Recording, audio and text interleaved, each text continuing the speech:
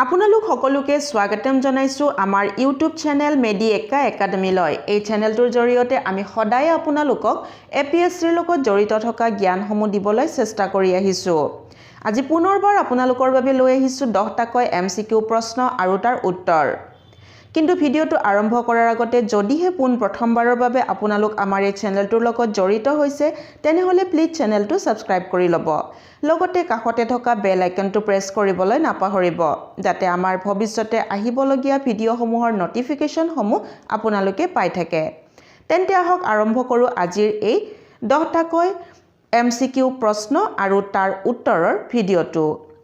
Which one of the following is not a tributary of Indus? তলৰ কোনটো সিন্ধুৰ উপনৈ নহয় আৰু ইয়াৰ শুদ্ধ উত্তৰটো হ'ল চম্বল।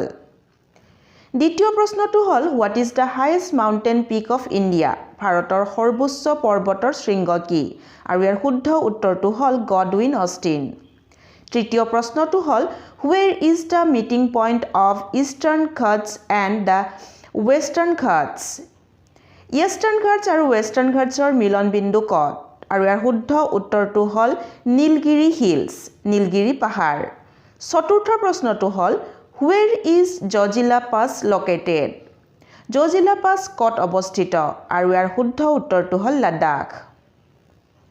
পঞ্চম প্ৰশ্নটো হ'ল Which article of Indian Constitution is related to Governor of State giving permission for the state budget? ভাৰতীয় সংবিধানৰ কোনটো অনুচ্ছেদত ৰাজ্যৰ ৰাজ্যপালক ৰাজ্যৰ বাজেটৰ অনুমতি দিয়াৰ সৈতে জড়িত আৰু ইয়াৰ শুদ্ধ উত্তৰটো হ'ল আৰ্টিকেল 202 অনুচ্ছেদ 202। নেক্সট প্ৰশ্নটো হ'ল Who was hanged with Maniram Dewan?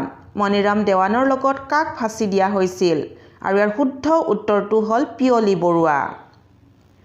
Next প্ৰশ্নটো হ'ল Under Mountbatten Plan in which district of Assam a referendum was held? Mountbatten পৰিকল্পনাৰ অধীনত অসমৰ কোনখন জিলাত গণভোট অনুষ্ঠিত হৈছিল আৰু ইয়াৰ শুদ্ধ উত্তৰটো হ'ল সিলেট। নেক্সট প্ৰশ্নটো হ'ল Who has been awarded with Goldman Prize 2024 from Asia? এছিয়াৰ পৰা 2024 চনৰ গোল্ডমেন বঁটা কোনে লাভ কৰিছিল আৰু ইয়াৰ শুদ্ধ উত্তৰটো হ'ল আলোক শুক্লা। নেক্সট প্ৰশ্নটো হ'ল Who has become India's 84th Grandmaster?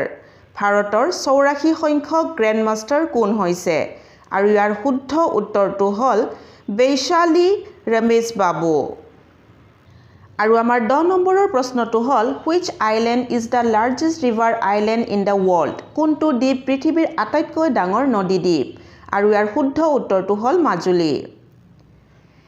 এতিয়া মই আপোনালোকৰ বাবে এটা প্ৰশ্ন আগবঢ়াইছো। আশা কৰোঁ আপোনালোকে কমেন্ট বক্সত আমাক ইয়াৰ উত্তৰটো জনাব আৰু এই প্ৰশ্নটো হ'ল Who was the author of the book Koral?